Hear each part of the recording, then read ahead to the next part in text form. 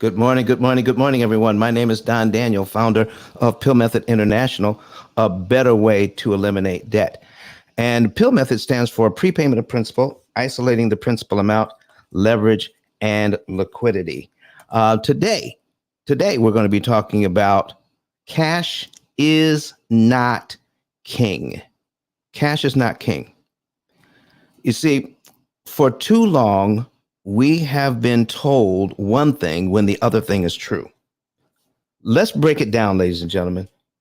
The important thing here is that we need money to make things happen, to buy food, to buy shelter, to buy entertainment, to buy transportation. We need money to get things done. And the way we're taught about money matters. But the way that we interact with our money, that most people interact with money, does one thing and one thing only: make other people rich. And the way that you think about your money makes other people rich. So keeping that idea of cash is king takes you out of the realm of investing and leveraging cash so that you can make money individually. So if you have money sitting in a bank, you are losing money every day it sits in the bank. You have money sitting in the bank making 1/10 of 1%. That's not even keeping up with inflation. In fact, you're losing money by keeping it in the bank. You're not making it go to work. If your money's not working, you are losing. I don't care how much money you have. You could have a lot of money. We're not talking about people who are struggling here. We're talking about people who understand that they make quite a bit of money. They do what they want when they want, and they live a very good life. But somebody profits off of the fact that the way that you think about money. Now, many of us have been taught that if you can't purchase it with cash, then you don't need to buy it.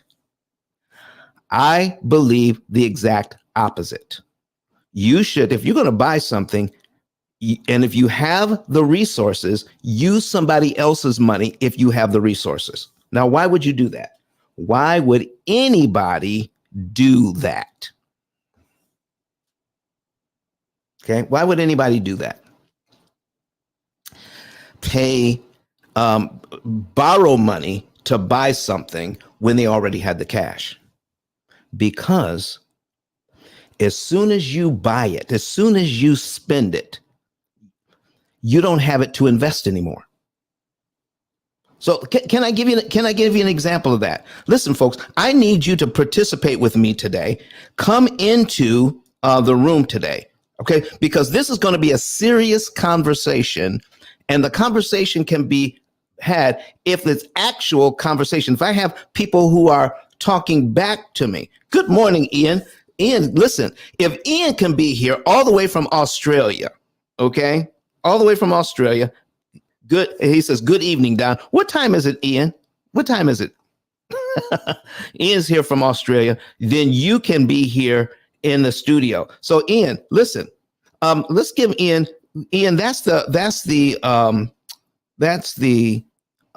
you see, it's 10 p.m. All right. So you're probably in your office. Go ahead, Ian, and click on that StreamYard link, copy it, paste it into your browser. Come into the studio with me. All right. We haven't had a chance to talk in a good long while. And I'd like to get your opinion on this whole idea of cash versus credit, or cash versus borrowing, especially when we think about how banks do what they do. Okay. The whole banking system is set up so that it seems like it's a service for us, when in fact, banking is in place to make money for the bankers. So if you think let's break it all the way down. If you believe that cash is king, where are you keeping your cash? In a shoebox? Under your mattress? Are you digging a hole in the backyard? What are you doing with your cash? What we're taught is the responsible thing to do is to take cash and put it in your bank. When you take cash and put it in your bank, then the bank, through fractional reserve lending, can lend out 8-to-1, 9-to-1, sometimes even 10-to-1. Okay. So if you put $10,000 in the bank, they can lend out $100,000. Hey, Ian, how are you doing this morning? This evening for you. Good, thanks. All right. You going to use your camera today? You don't Sadly, it's nighttime, mate. I'm in bed. You don't have to.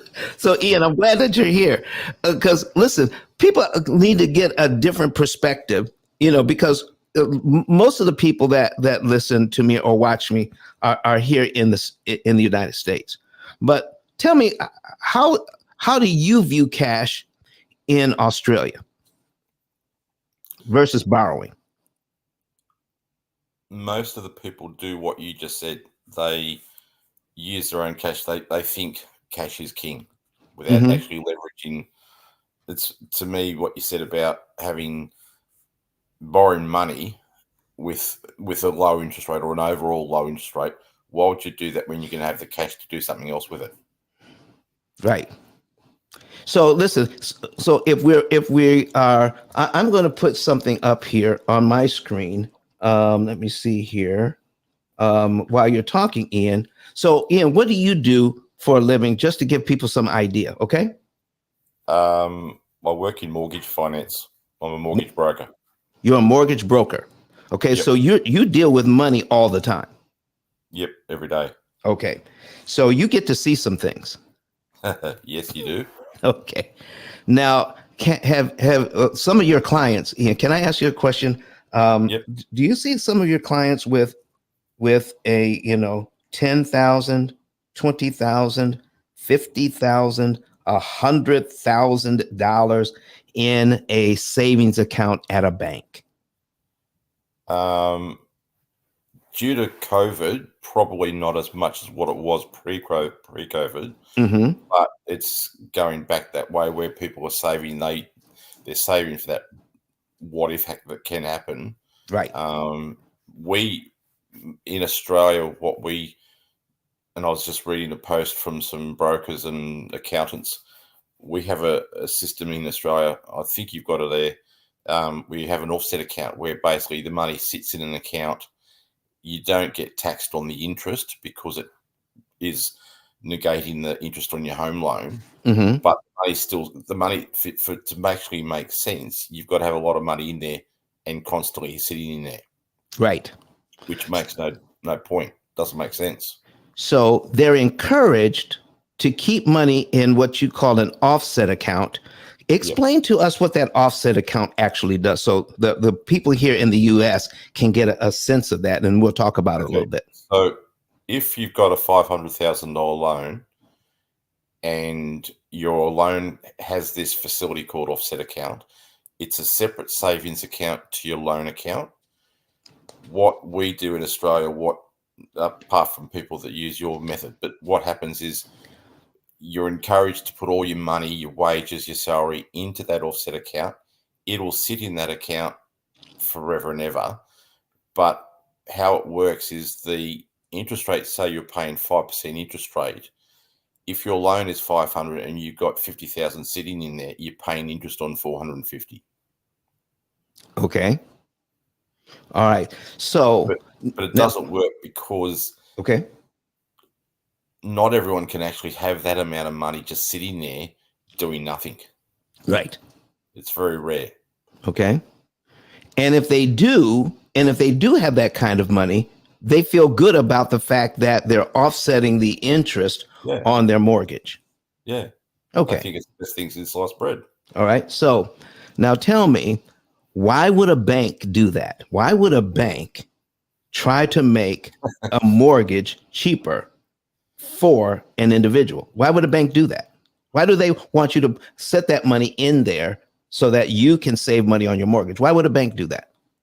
Because they can then re-loan that money out at higher rates, or they can use it for their own benefit. It's not geared to benefit the client or the customer. Oh my gosh. So what you're telling me is that if I have an offset account, I'm going to sit money in this account, and the interest that it makes lowers the amount of interest that I pay on my mortgage. The bank is making a lot more interest than that. Yeah, would do. Oh my That's the gosh. only reason they do it. That's the only reason why so it's not a service to me. No. Good no. Oh my gosh. So it's just one more thing that the bank does to get me to put my money in a situation where it's not doing me the most good. That's the thing. It's not doing you the most good. It will do you good because you're paying a lower rate of interest at the end of the day. But Okay. as you go on about the opportunity cost, that's the principle that most of us don't know about and don't understand how it can actually benefit someone. Okay, I got Ken Russell on here too. Ken, is this the Ken Russell from Canada? Listen, we're going to get international today. Is that the Ken Russell from Canada? If it is, say so, because he's in finances as well. And you can come into, let's put that, see if you get that link. Okay, Ken, if you can get that link and come into StreamYard as well, we're going to get we're going to have the US. We've got Australia in the house, and we can have somebody who is in finance in Canada as well. So listen, we're going to have an international show for real today if you can come on in. So that would be great, Ken, if you can come in and give a perspective. And you had a question about fractional reserve lending. So let me go ahead and get that ready. Fractional reserve lending. Okay, fractional reserve banking. So we've got that. Okay. All right. And all right. So we've got that on as well. Okay. So hopefully he can come in as well. But let me, in the meantime, I'm going to share. If you can come in, that would be great. Let me see. Let's present this screen. Share the screen. There we go. All right. All right. Let's see here. Cancel. Let's see. No, I don't want to share that screen.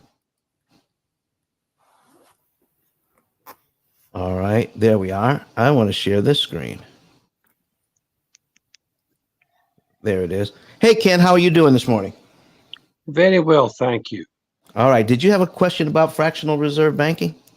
I was actually, just as I was hearing the comments around the offset account, I'm just wondering if, the fact that the bank wants to hold more of your cash on their books, that allows them to borrow against the cash that you have on the books, right? Oh. So with fractional reserve, as you well know, they can borrow, or they can loan $9 for every dollar that they have on the books. Right. So tell us who you are and what you do, Ken, and where are you in the world? London, Ontario. It's a small town between Detroit and Toronto. Small town, 500,000 population.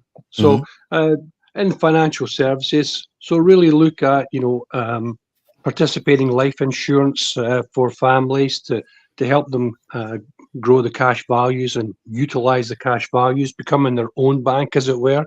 And also we look at investments for people as well. We typically use insurance products simply because of the guarantees that come along with these products. So yeah, that's the upshot of what we do. Okay, so great, Ken. So we've got two people here, one from different countries, who are involved with finances, not only for themselves but for other people. So, Ken, what kind of experience do you bring to the table? Well, I'm a little older these days, so most of my life was spent in the manufacturing sector as an employee, into management, that kind of thing. But back in 2008, I got downsized. I moved into the financial services sector. It's something I had always been interested in, and little did I know what I didn't know. So that has really helped me appreciate and understand our financial system these days, how we are, really at the mercy of the banks.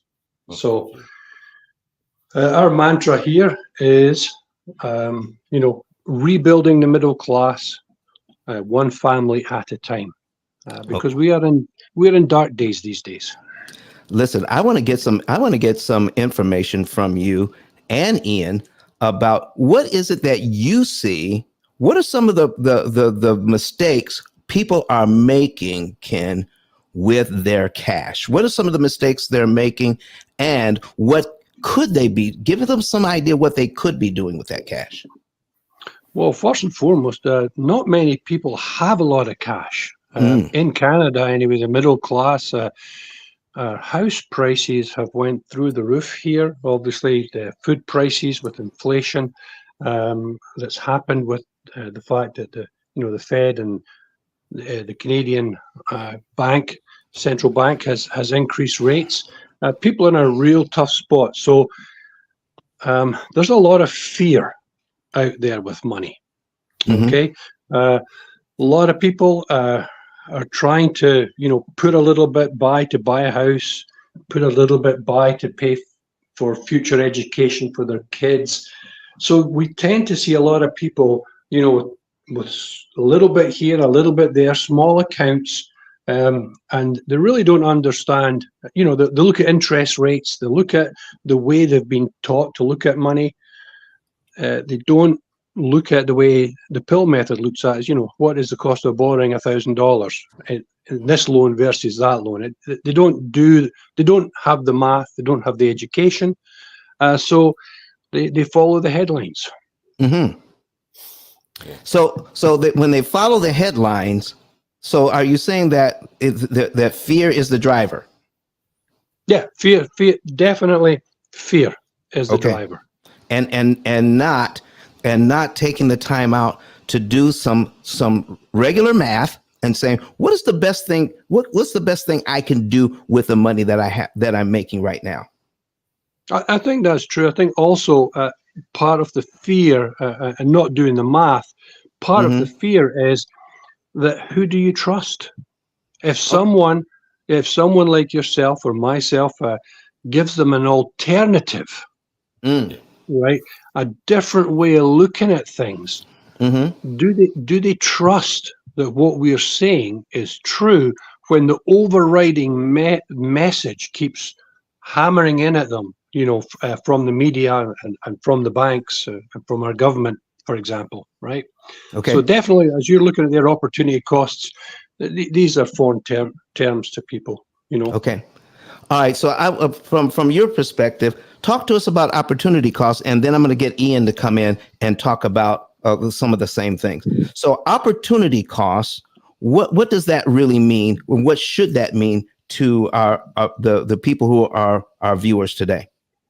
Well, like a simple one I use, because again, I talk to people a lot about participating life, about spend, save, and grow the same dollar at the same time. So an opportunity cost example I would use is you got two people with $100,000 invested in the same investment. They're making, say, 10%. So if someone has $100,000 in their account at 10%, at the end of the year, they should have another $10,000 there.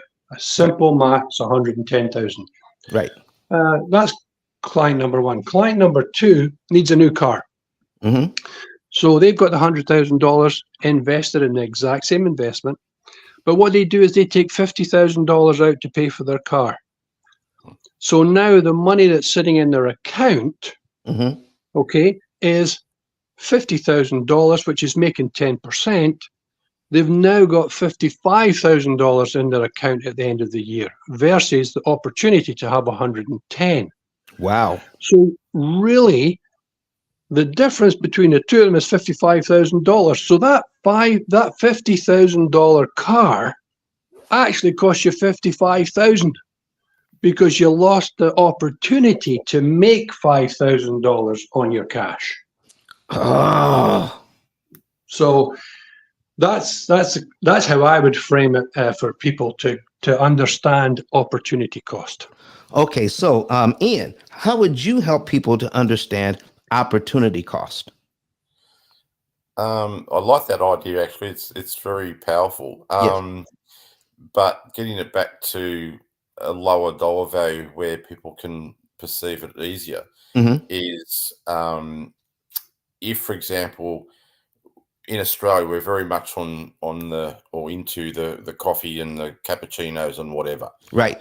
Now, a lot of people will go to work and spend $5, $6, $7, $8 on a pre-made coffee or a store-bought coffee. Mm-hmm. Now, if you turn around and say, right, that's $5 a day, that's 25 a week, whatever it is a year. If you then put that money into where you're going now, into your opportunity on the amortization schedule, and you put that extra payment onto it, onto a loan or to a credit card or whatever it is, any form of debt, it's going to cost them more because they're wasting money where they could go and buy their own coffee or bring their own coffee from home or whatever it might be. It's just the as you had on that screen, the definition is what you lose in relation to what you could make by investing differently or spending differently. Okay, so let's talk about that for a minute, and then we're going to go back to the example that Ken was talking about. So if we have a $420,000 mortgage at 7%, and it's at for 30 years, the payment is $27.94.27. With that first, here's how much interest the bank wants on that: $585,000, almost $586,000 on a $420,000 loan. In fact, the bank wants you to pay $1,005,937 for your $420,000 house. Ladies and gentlemen, does that make any sense? The bank wants to make a whole lot of money on this. So what we're doing, what Ken just explained, Ian just explained, is talking about a cup of coffee. So if I make this payment here, all right, my very first payment, and if I take this $346.28 for month 2 and I prepay that, I save $2,447.99. All right, in interest I don't have to pay. So if I do the math here, if I do the math on $2,447.99, but I prepaid. Okay, I took some money out of the bank, gave it to my mortgage company ahead of time. I'm going to divide that by $346.28. There we go. That's $7.69. $7.69 per dollar. Per dollar. Are you guys hearing me? That's $7.07. $7.07. Let's just round it off to $7. For every dollar you put on this mortgage when you want to, instead of when the bank tells you to, for every dollar you save $7. If you spend $7 for a cup of coffee, this is what Ian is saying. If you spend $7 for a cup of coffee, that cup of coffee does not cost you $7. It costs you $49, because that $7 applied to your mortgage could save you $7 for every dollar you're putting on the mortgage. Are you hearing? Is that what you're saying, Ian? Do I have it about right? Yeah. Okay. So that cup of coffee is a $49 cup of coffee when you take a look at how much interest you're actually paying. We don't have a good view of cash. So let's go back to Ken here. So Ken, I've got $100,000. Okay. Now in the US, we have a thing called whole life insurance. We have a thing called IUL, Index Universal Life.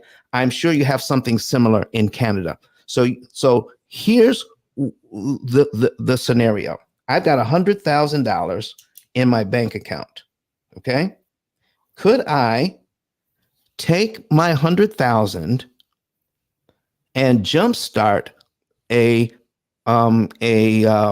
permanent life insurance policy that has that builds cash value?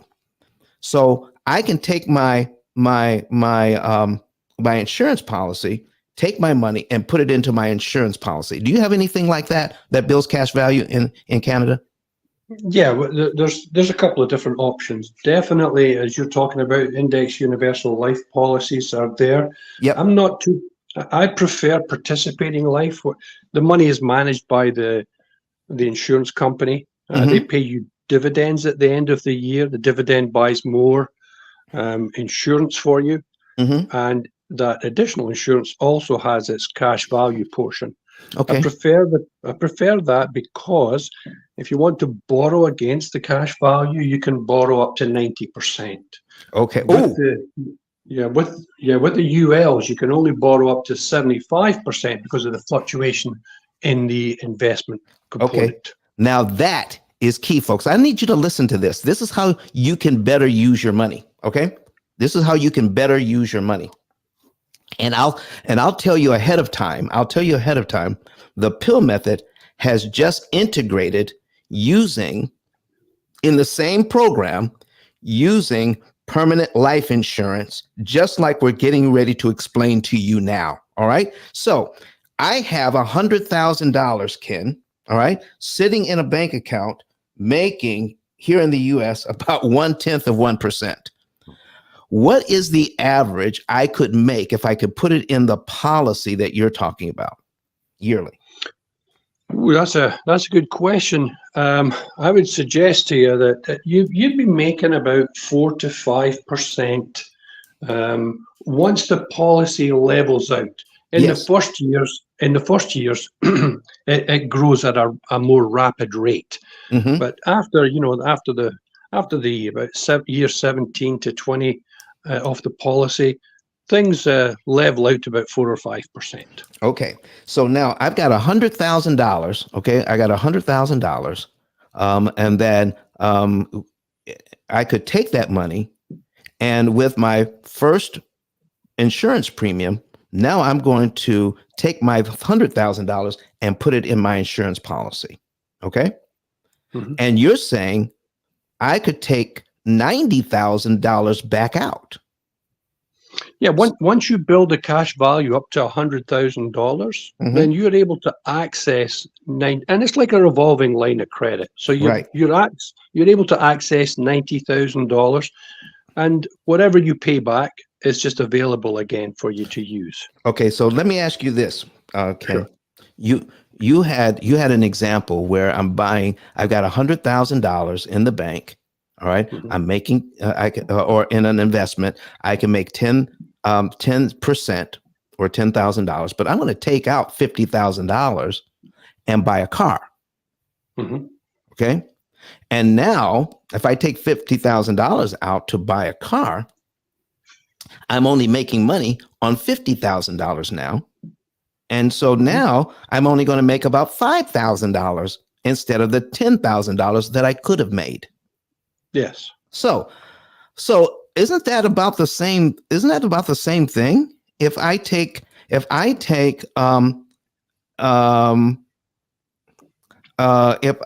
you want, let me see here. If I take $90,000 out of my insurance policy, am I only making interest on $10,000 now?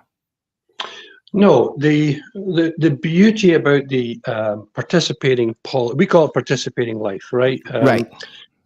because it participates in the dividends of the company. That's why it's called participating. The actual size and amount of the dividend is based on the death benefit and not the cash value.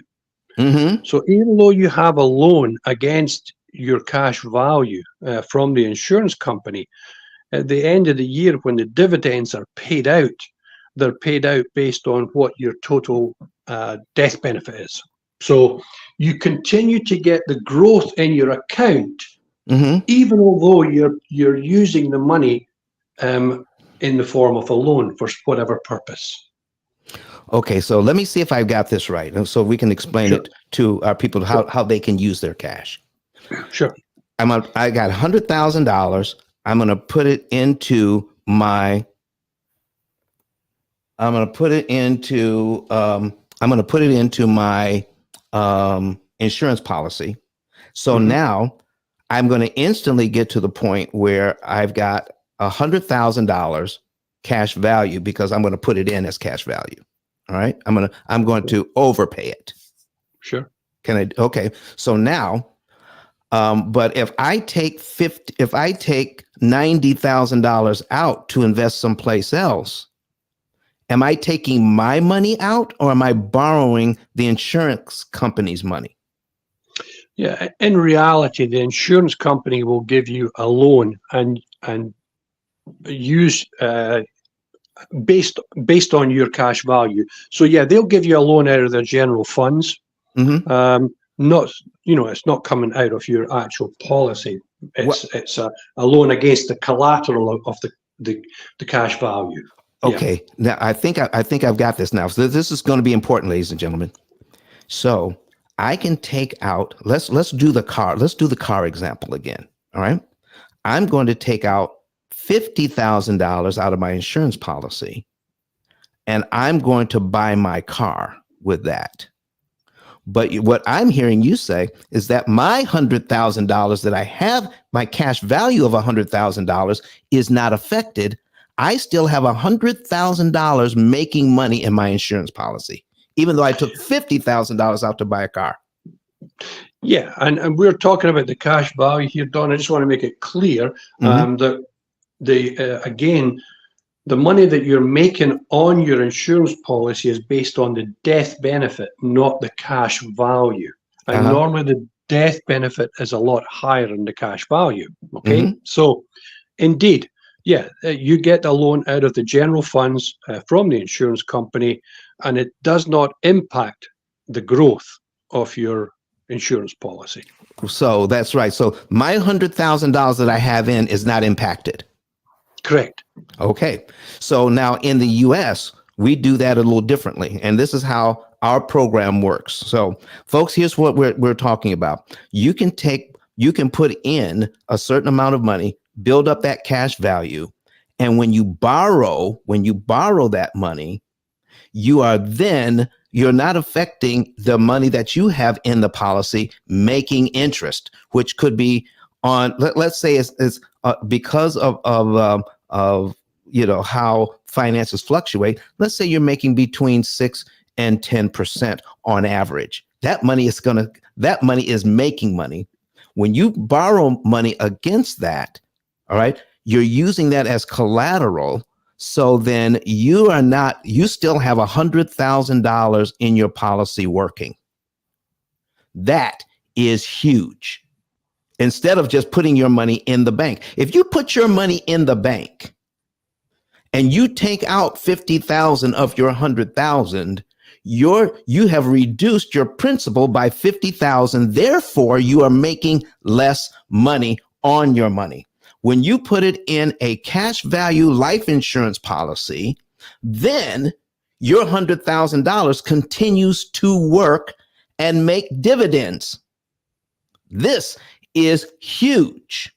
While you're taking money out to not only you can purchase a car with it, and even better, you can invest that money so that you can, let's say you want to put it in an investment.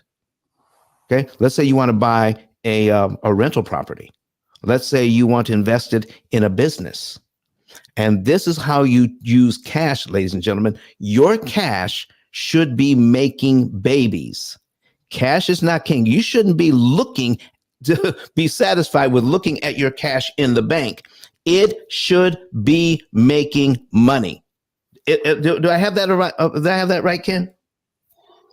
Yes, I concur with everything you've said there. These are the things that we try to teach people on how to properly store their cash inside life insurance. Okay, so here's what I do, ladies and gentlemen. Here's what I do. I don't use cash to buy things. And I'm going to compare me with a bank. Okay?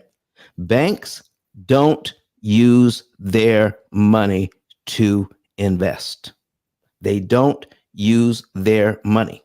Banks use our money. Okay? It's called leverage. And here's how you leverage something. You want to pay the least amount you can to make the most amount of money you can. So banks literally have different ways for you to put money in their bank through checking accounts, through offset accounts, through escrow accounts. There's all kinds of ways for you to put money in a bank through savings accounts. All right. And then they will pay you pennies on the dollar for the use of your money.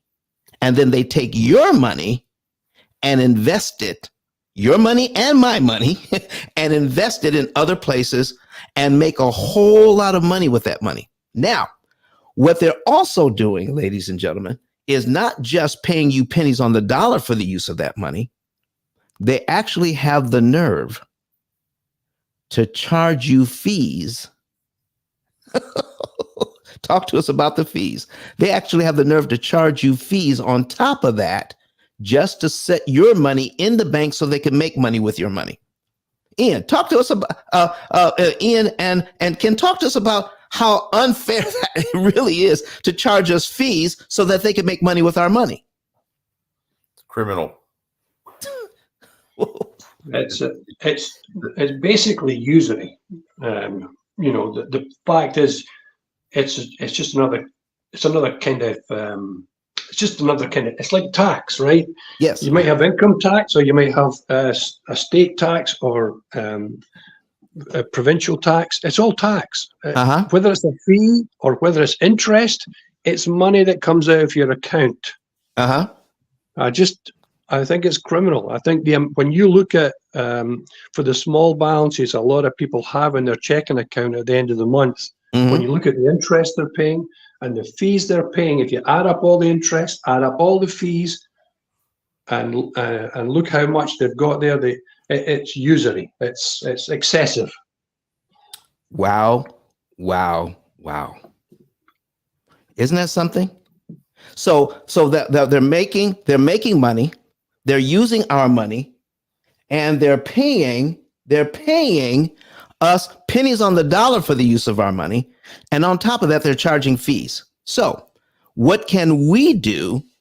Can we still use banks, but make it beneficial for us? How do we use banks to our benefit? And once we know how the game is played, okay, Ken, Ian, do you have a way that we can continue to use banks, but make it so that we can benefit? I'm not certain it's available in the States or Canada. We've got similar systems, but back to the fear that's going around in our country at the moment is our cost of living. Yes. The prices are just going up for everything. There was we call it crumpets in Australia. They're a breakfast, they're like a toasted bun sort of thing. Right. And I remember back not that long ago, they were about $1.85, and then they're about $4.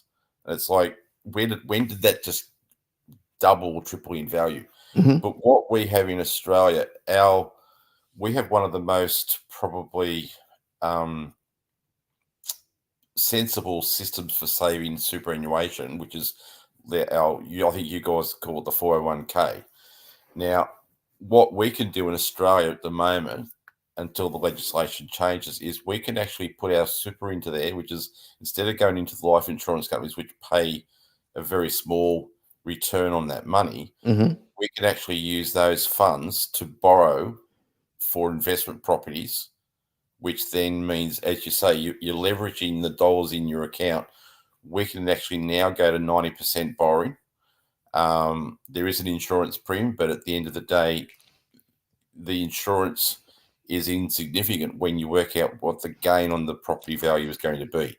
So I've got a client who he's new to Australia. He's from Germany.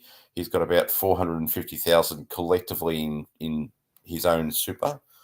We set up what we call a self-managed super fund, which basically it's managed by the members of the fund.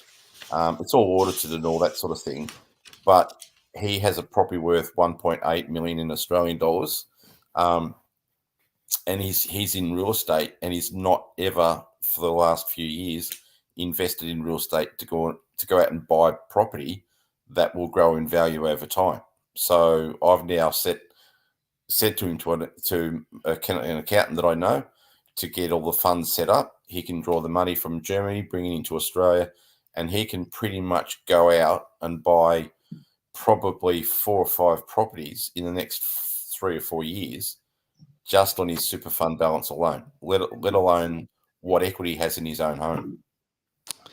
So he is using his money through the banks.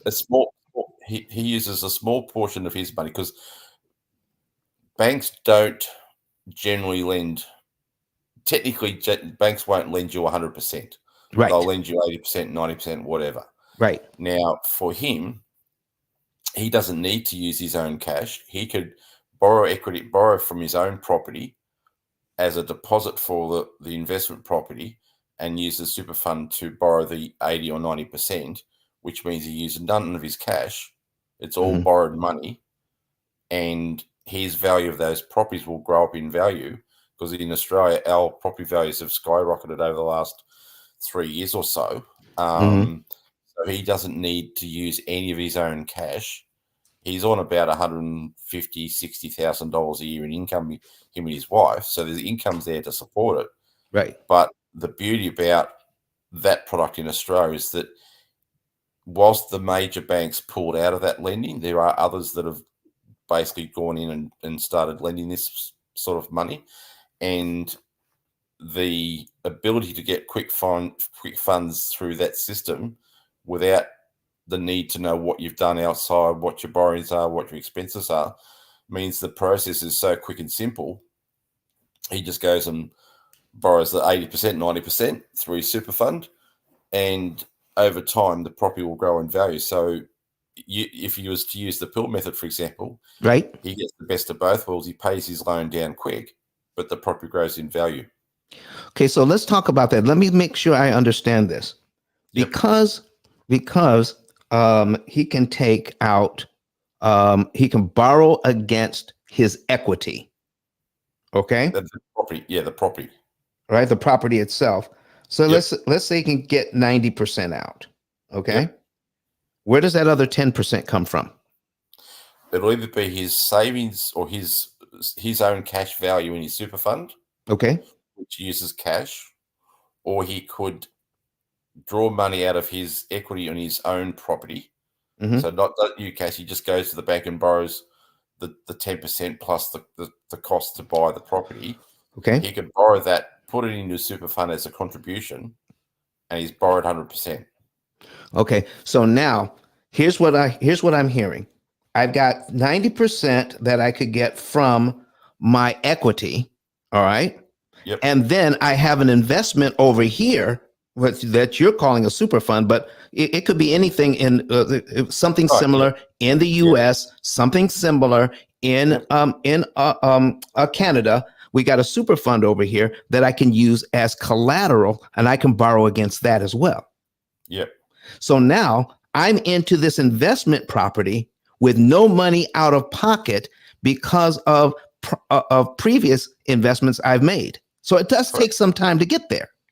It does. But if you start out Our system, our superannuation system started in the mid-80s. Yes. One of our former prime ministers set about setting the system up, and everyone in Australia their employer pays a percentage into their nominated super fund.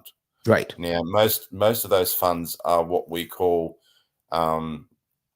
retail funds, which are managed by big corporations, and the returns aren't anywhere near what you might make on, say, investing in US shares, for example. But what it was designed to do is to get people to have a superannuation fund balance when they retire from the workforce. So that way they're not reliant on the government paying out pensions and all that sort of stuff. Right. They actually fund, and that's now around about 10%. So every person has got a paid job, like a wage and salary job. Their employer puts in 10% of their wage or the value of it into their own like the employee super fund at no expense to the employee. Okay. So can the employee match that? 10%? They can. We can put in on a per annum basis about $25,000 per year into that fund if we so desire.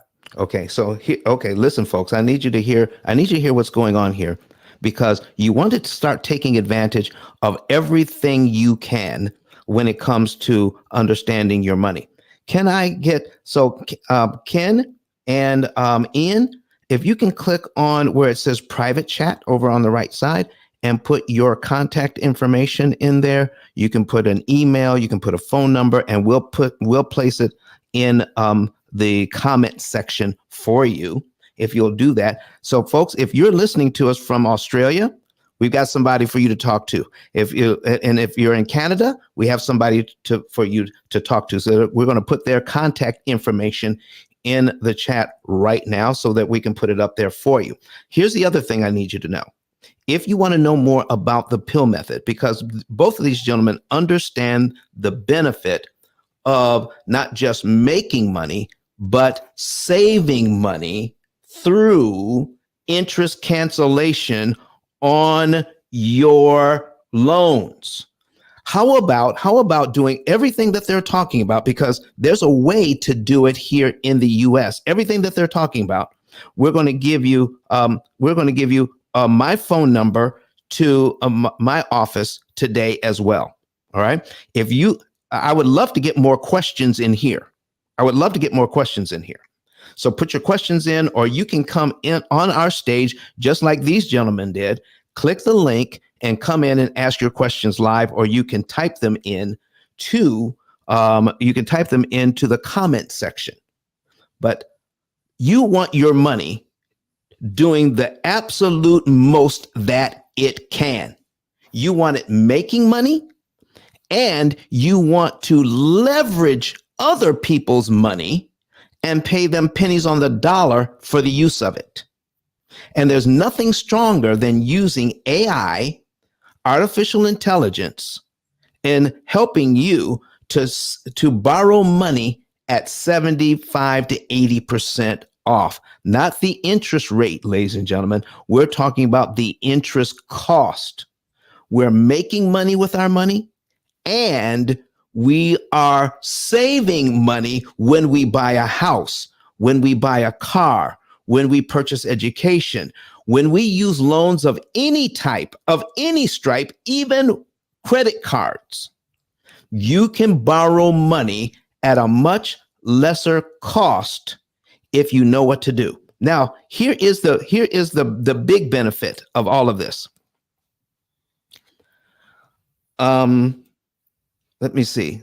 Critical point analysis. Here's what we mean. Everybody's going to be different, and you need to have your situation assessed.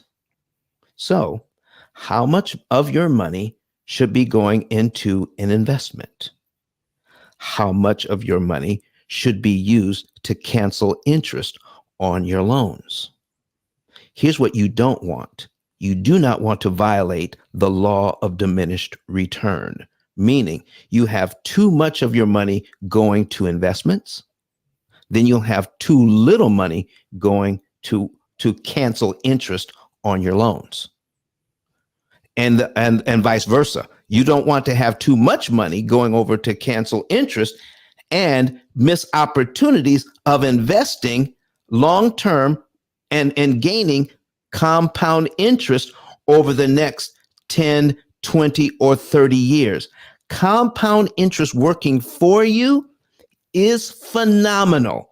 And I want to talk about some illustrations, something that you talk to your clients about, gentlemen, to show them what could be done with a small amount of money. You're starting out at 20, 25 years old, and then working for the next 30 or 40 years, or, putting money into that. What a small amount of money can do at compounded interest over your working life. Do you have some simple illustrations to give us some real numbers of what small amounts can end up being at the time of retirement?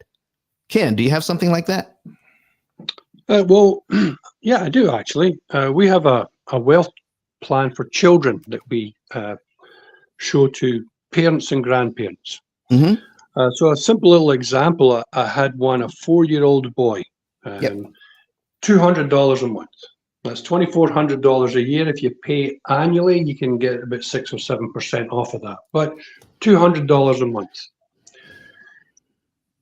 By the time this 4-year-old gets to the age 65, they have well over $1 million in cash value. Wait a minute, Ken. Wait a minute. $200 a month at 6% doesn't seem like very much.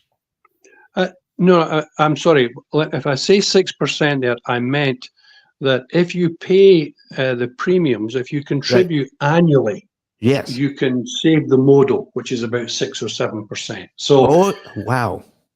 Right. So what I tell people is pay $200 a month. Okay. Mm-hmm. But then once your cash value gets over $2,400, right, then what you do is you borrow the annual premiums, which would be 6% less than $2,400, and then you just pay the loan back, right? So again, it's just a little savings. Okay. But the key is when someone puts in the $200 a month for their children or grandchildren with a small amount of money over a long period of time, you're able to grow a lot of money in a fund, right? Isn't that amazing? Isn't that amazing? 6%, $200 a month, a small amount of money. Okay. Talk to us about when you put that $200 in a month, does it get easier to pay the $200 the longer you do it? Yeah, that one of the fears that I have for clients, and I tell them this, is we build it in such a way that you can double the contribution, because as we see inflation taking off, Mm-hmm. that $200 now really becomes worth less. As Ian gave the example of the coffee, right? You buy a Starbucks coffee here at $7 or $8. Mm-hmm. When I first came to Canada, you could get a coffee for like a quarter. Right? So, and our big brand here is Tim Hortons. So it's now like $1.50 or something for a small coffee, when it used to be a quarter. So you have to keep up, right? You just cannot limit yourself to $200. You have to be able to put more in as circumstances change. Right. Okay.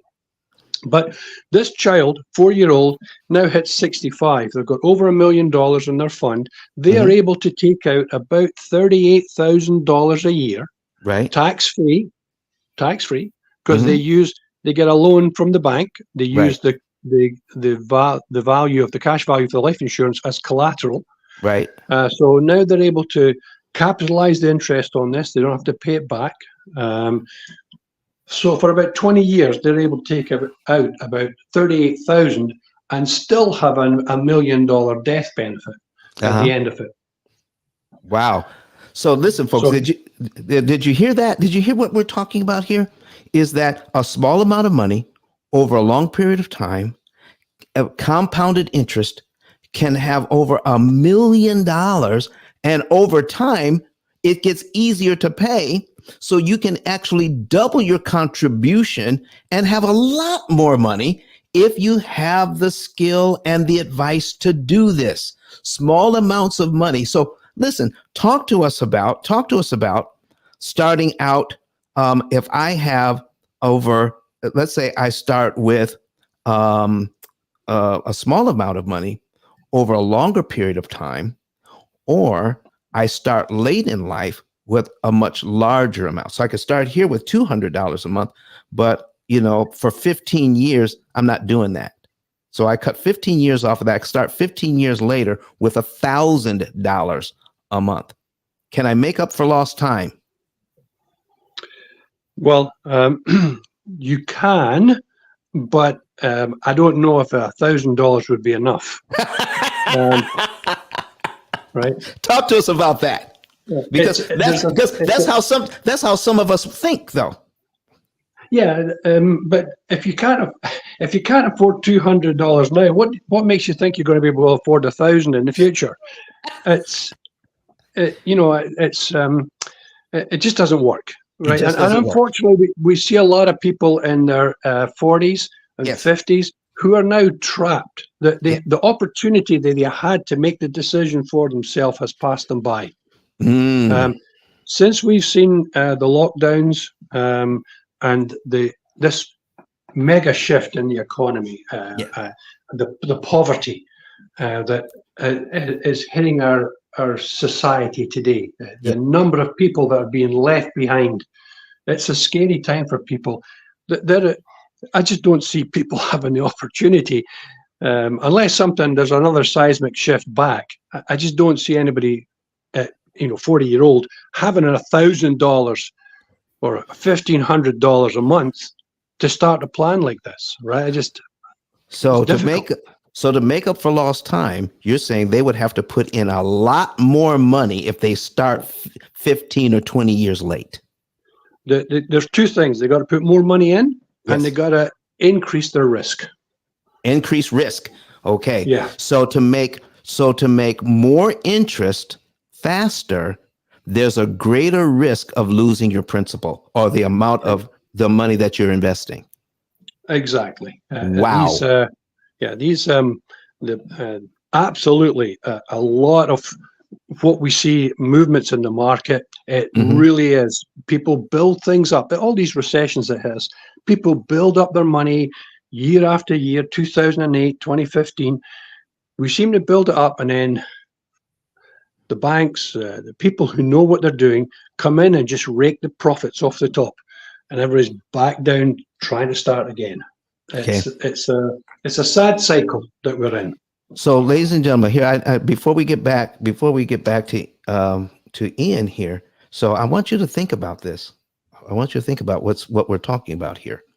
If you have the cash now, put it to work.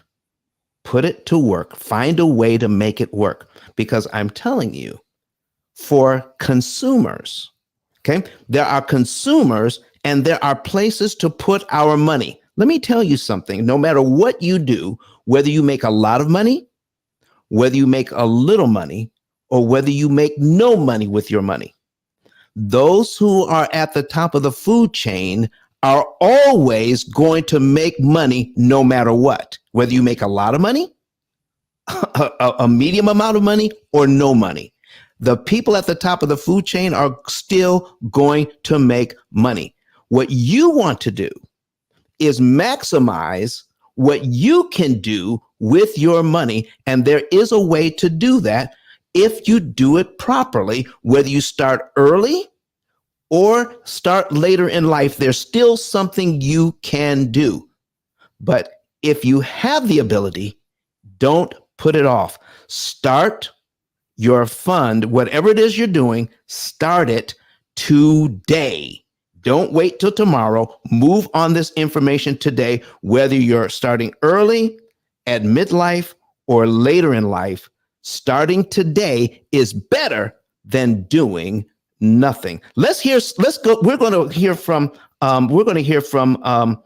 Dr. Eric Thomas right now, talking about the P.I.L.L method and what he did for his wife. Even though he's a high income earner, Let's talk about somebody who is confident in their ability to make money, living with somebody who is more concerned about security. Let's hear about it. Listen to me, y'all. But one of his mentees took us through one of their programs, and I paid off my mortgage. But guess what happened? My marriage went to a whole nother level. And you know why? Because my wife is a security freak. And even when I blew up, my wife would be like, oh, you blew up, but how long is you gonna keep making this kind of money? I was like, I don't know, forever. She's like, you sure? Because I'm gonna keep my license as a nurse just in case you don't. So when I paid the house off, my boy was like, you ain't gotta do that, you can do this. But when I paid the house off using that program, it took the stress level all the way down for my wife because we no longer had a mortgage. Does that make sense? That thing that was coming every month, that was getting on her nerves, we didn't have that no more. And so she was at rest.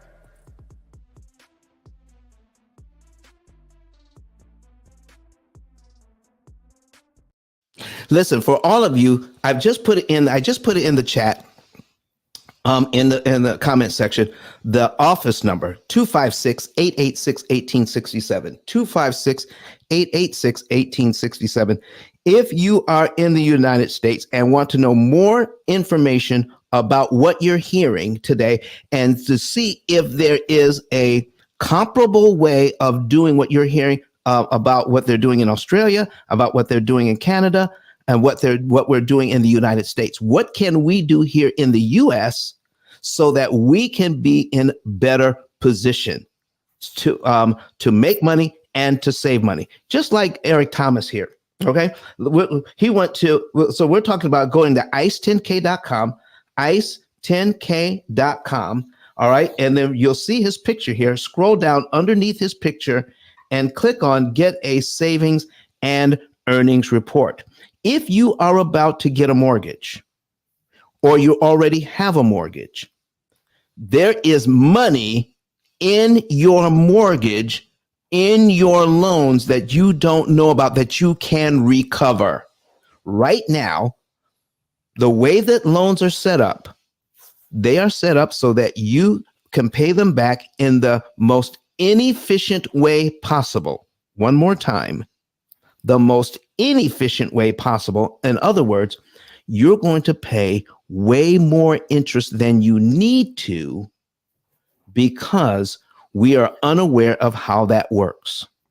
So if you have a house, if you have a car, if you have student loans, if you have credit cards, there's money that you can recover from those loans that you can invest. Okay? If you have cash in the bank, there are ways that you can use that cash and make it do double duty. We're talking about putting your cash to work and borrowing it at the same time to invest someplace else. What? Yes. In the P.I.L.L method now, we have what's called P.I.L.L method Pro. P.I.L.L method Pro, that you have, if you have some cash built up, if you have 401ks, let's say you had several different jobs. You had a job here and you worked there for 5 or 6 or 7 years, and then you had another job and then another job, and you have 401ks left over in those jobs. Do you know that that can be converted to cash in a way that you don't have to pay the 10% penalty? And we can show you how you can use that cash in the P.I.L.L method system now so that you can pay a lot less interest, and that cash still makes money for you. If you want to know more about that, give us a call. If you want to know how to use your money so that you can cut your interest cost by 75%, take that money that you didn't pay in interest and then invest that money also so that you can have $1 million or $2 at the end of your work, when you're through working, and go into retirement with even more money, with a paid off house, and then learn how to leverage those funds. It's going to be a magical time for you, because here's what's good about what we're talking about today, ladies and gentlemen, and using your cash wisely. you can live well while you're building up your cash, while you're building up your, building up your net worth, while building up your net worth so that you will not outlive your money, but along the way, you can live well while you're doing it. You don't have to impact your standard of living so that you can grow your net worth exponentially. You don't have to choose either or. You can do both. And what you want to do is get a free savings and earnings report today. Find out how much interest you could save on your loans, and then take that money that you didn't pay in interest and see how you can invest that so that you can make more money. Call us at our office today, 256-886-1867, and or get a free savings report. Fill out the savings report today and get started on that, ladies and gentlemen. So listen, fellas, I appreciate Ken being here today. I appreciate Ian being here today and talking about how we can help your clients and our clients understand money from the basics. Let's now talk about just everyday living and managing our expenses. Is that important to this whole process, how we manage our day-to-day living? Talk to us about that. Ken, you can go first. Yeah, sure. I'm associated with the ICCA, which is the Institute of Certified Cash Flow Advisors. So one of the things that we try to do is do a discovery plan to free up some wasted money, kind of like what Ian was talking about with coffees and all that kind of stuff. We really do want to, we try to, not have people change their lifestyle and put them on budgets, but we just need to control by maybe using a 2 checking account system, using a credit card properly, to control their spend, to make sure that they've got, number one, that they've got all their bills covered and paid for, and then they've got their disposable income set up in such a way that they use their disposable income and they don't start running into trouble with spending too much and not having the bills paid. So we kind of help them get started like that. But quite frankly, Don, that to me is just the start. I think the education portion that you're talking about, the P.I.L.L method, really important. Using life insurance as a storehouse for your money is a good thing. It can be passed on to the next generation, intergenerational wealth.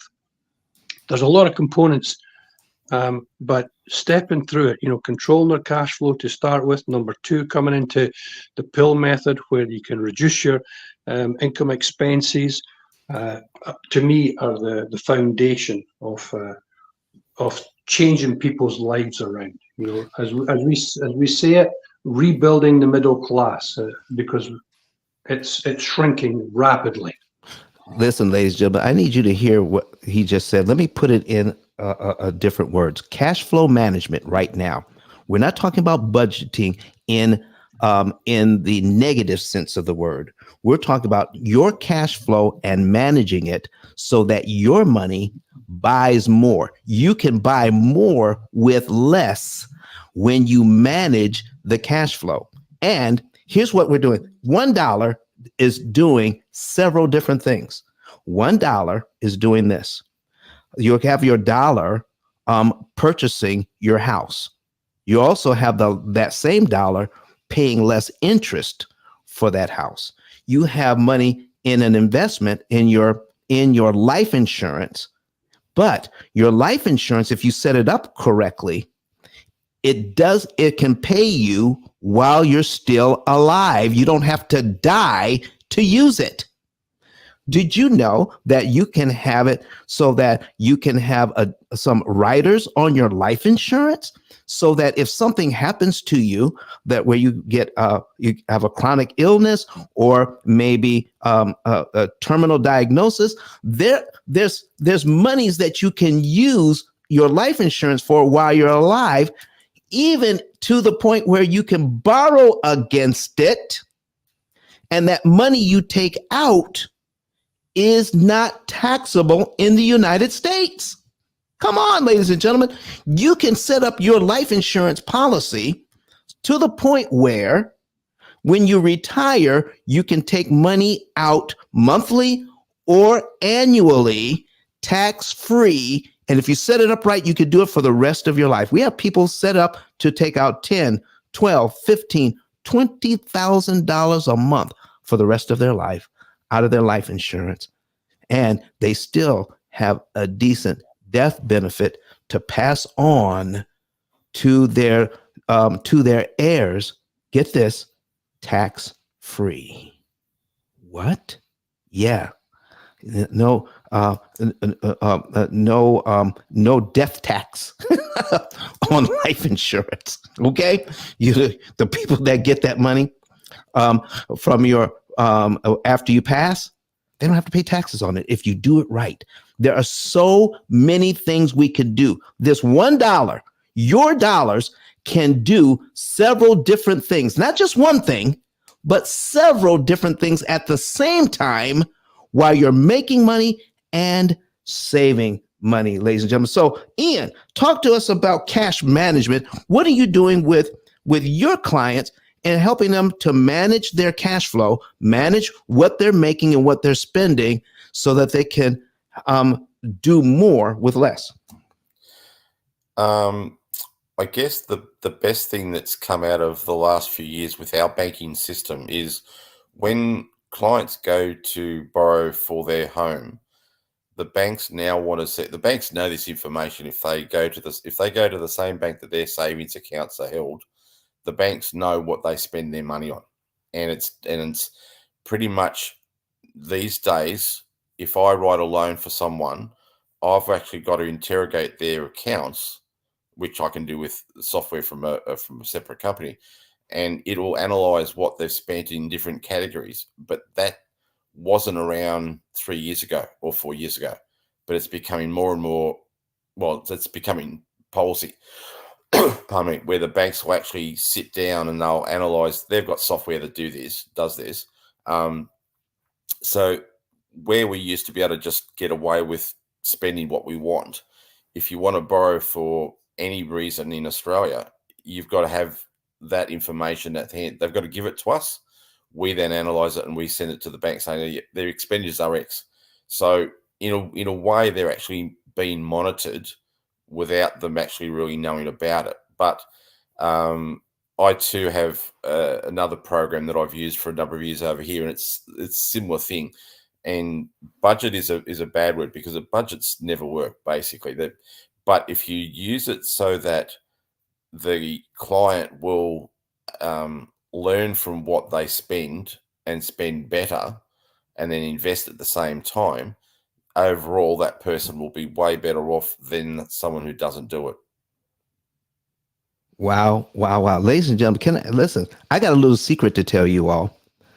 The P.I.L.L method came about, this whole idea of the offset mortgage and everything started in Australia years ago. So this is it's amazing. Started in Australia. Then a guy named Richard Branson picked it up and did something similar in the UK. And then from the UK went over to Canada. And then in the US, we plugged a computer system into those ideas so that we can mesh the best of all of those ideas into one idea: saving money in interest. Okay. So like I have on the screen here, this particular couple is going to save $142,000 in interest that they don't have to pay. They're going to be out of debt in 7.2 years if that's what they want to do. All right. with everything that they owe. Not only that, but we can plug an insurance policy, and that is a permanent life insurance policy into this program now.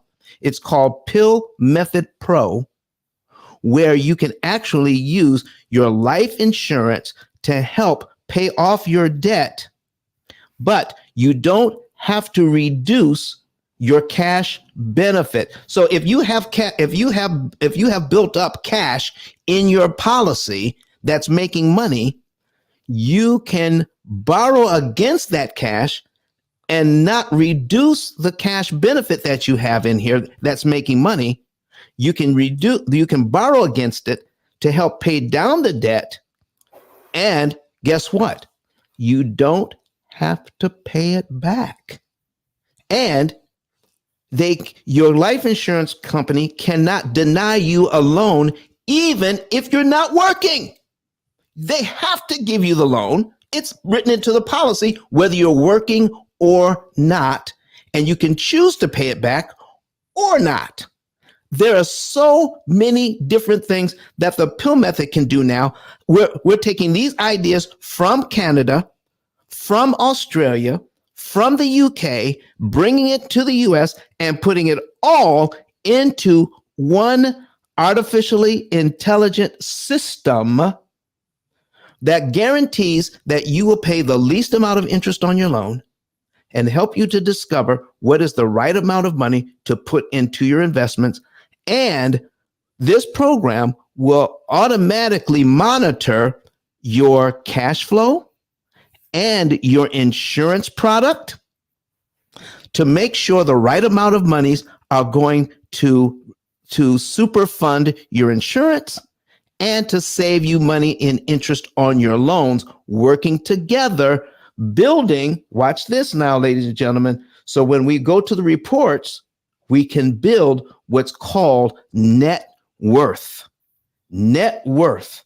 All right. And you can take a look at interest, wealth accumulation over the years, where most people would be out of debt here on this particular loan.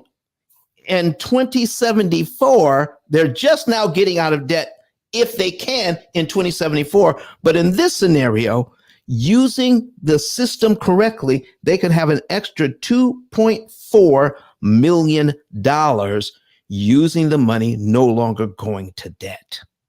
Ladies and gentlemen, we have the best of all of these worlds. Australia, Canada, the UK, and the US coming together with an AI system that does all of this from P.I.L.L Method International.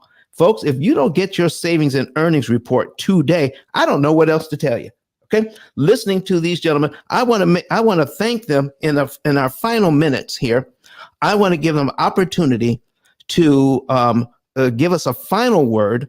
We're going to start with Ian. Give us a final word, Ian, about what your clients can do, what you're doing for your clients, and how they can contact you. We have your contact information. Ian, talk to us in our final minutes of the show today. Hopefully this will be before my battery dies.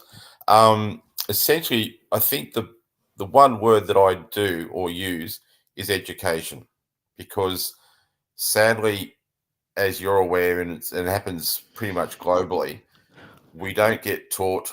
We get taught one-on-ones too, but we don't get taught the rules side of mathematics and these two principles, compound interest and opportunity cost. I learnt them in high school doing commerce, which is a business course. And I still understand the principles, but I would say 95% of our population have absolutely no idea what it means. And they are skeptical when someone says, oh, I can do this, this, and this, because it's what's been drilled into them by the media and the banks in particular is their way is the best way. And it isn't the best way.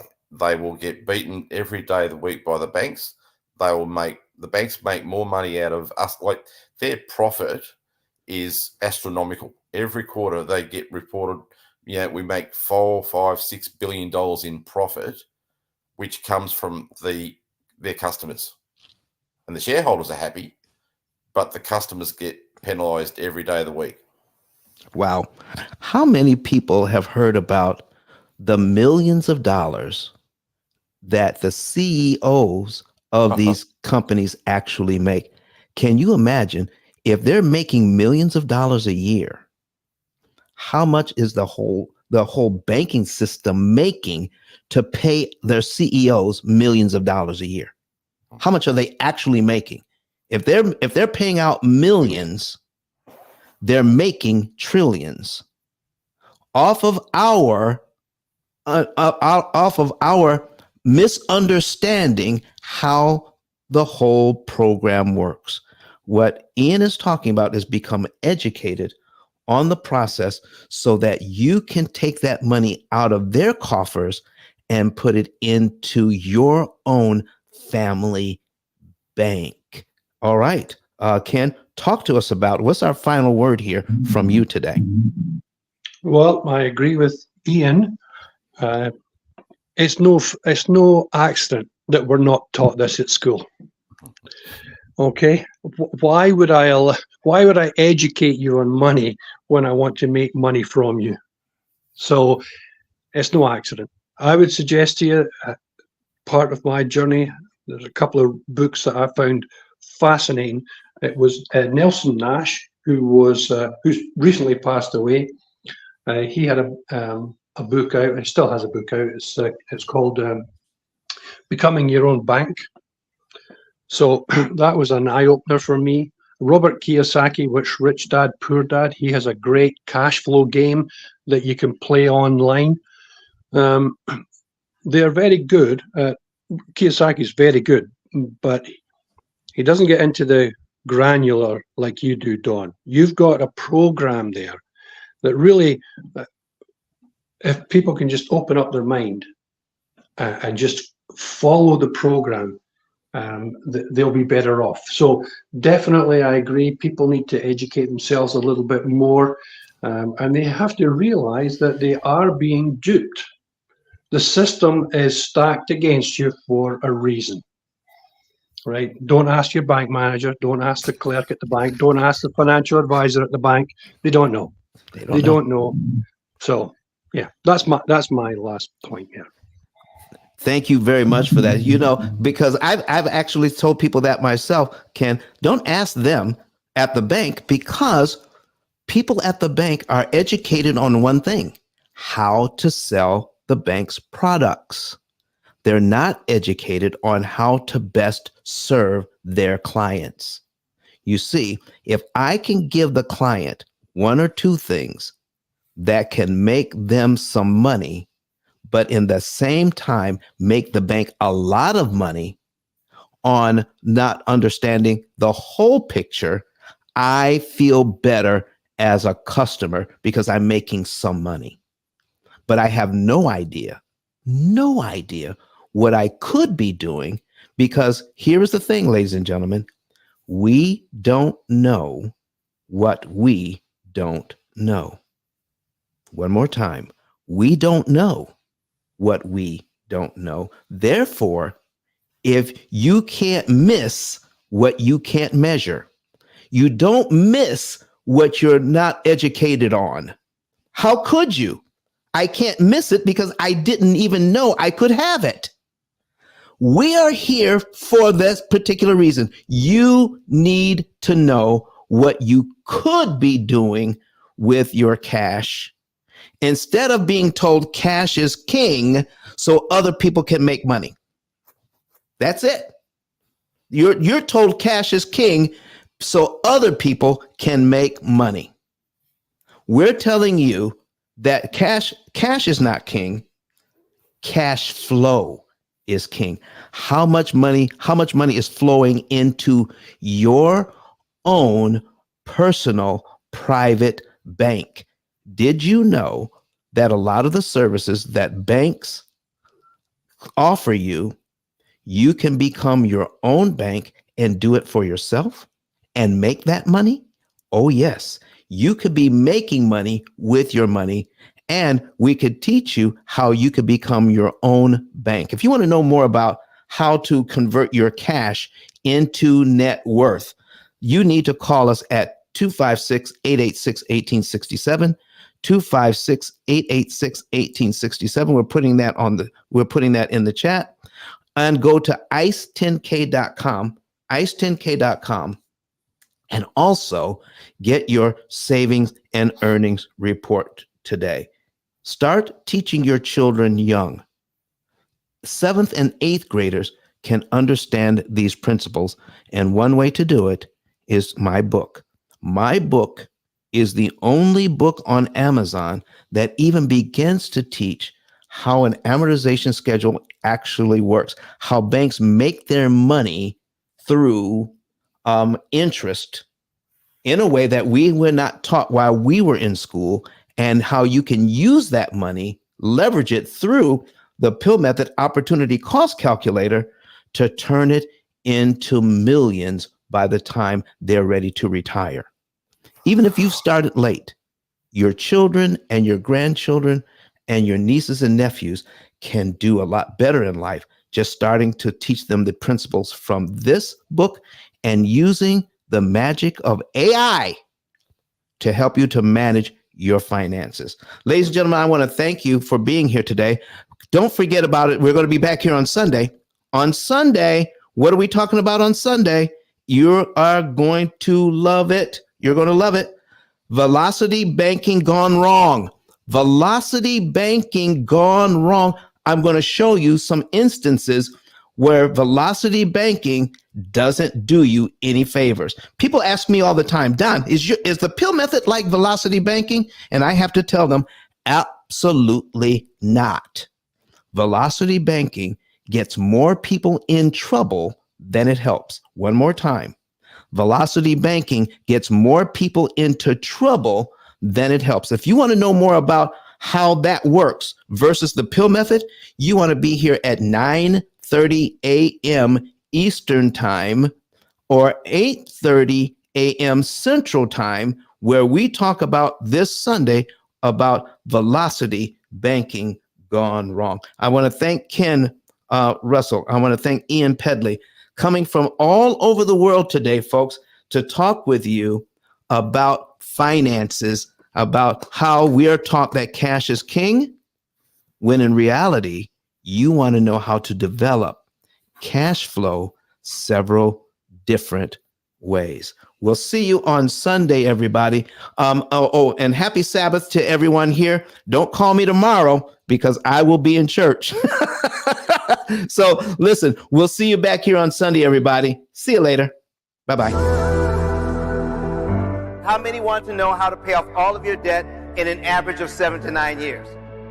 You can do all of this without refinancing, without change to your budget, without sacrificing lifestyle. Me and my husband do the P.I.L.L method, and last year we were able to pay down $33,000 on our mortgage without feeling like we were poor. We still did tons of entertaining things and enjoyed our family. You don't have to eat beans and rice every day. You don't have to cut up your credit cards. You don't have to drive a 30-year-old car. You don't have to sell pizzas at night to pay off your mortgage. All you need to do is pay the bank less interest. That's what we're talking about today. Here is what P.I.L.L method stands for: prepayment of principal, isolation of principal amounts, leverage, and liquidity. You understand it? You have a way of getting out of debt more efficiently. The interest rate you're quoted is not the interest rate you pay. You think you're buying a $500,000 home. The true cost of that home is what? $758,000. Total interest paid as a percentage of principal, 51.777%. That's what's going on with this loan. The ability to read and defeat an amortization schedule is not taught at any level of financial education. I need you to understand the power of a penny. You will not hear what I'm talking about from Dave Ramsey. Do you know why? Because I own the copyright. I literally wrote the book. But Don has some valuable information that can contribute to the quality of a person's life. And it only costs you a few dollars. It's his book. Why not get that? is I'm going to go through the P.I.L. method myself with some of my investment properties. So I'm going to link up with Don, and then I'm going to sit down with him, show him my investment portfolio, and see how I can eliminate interest.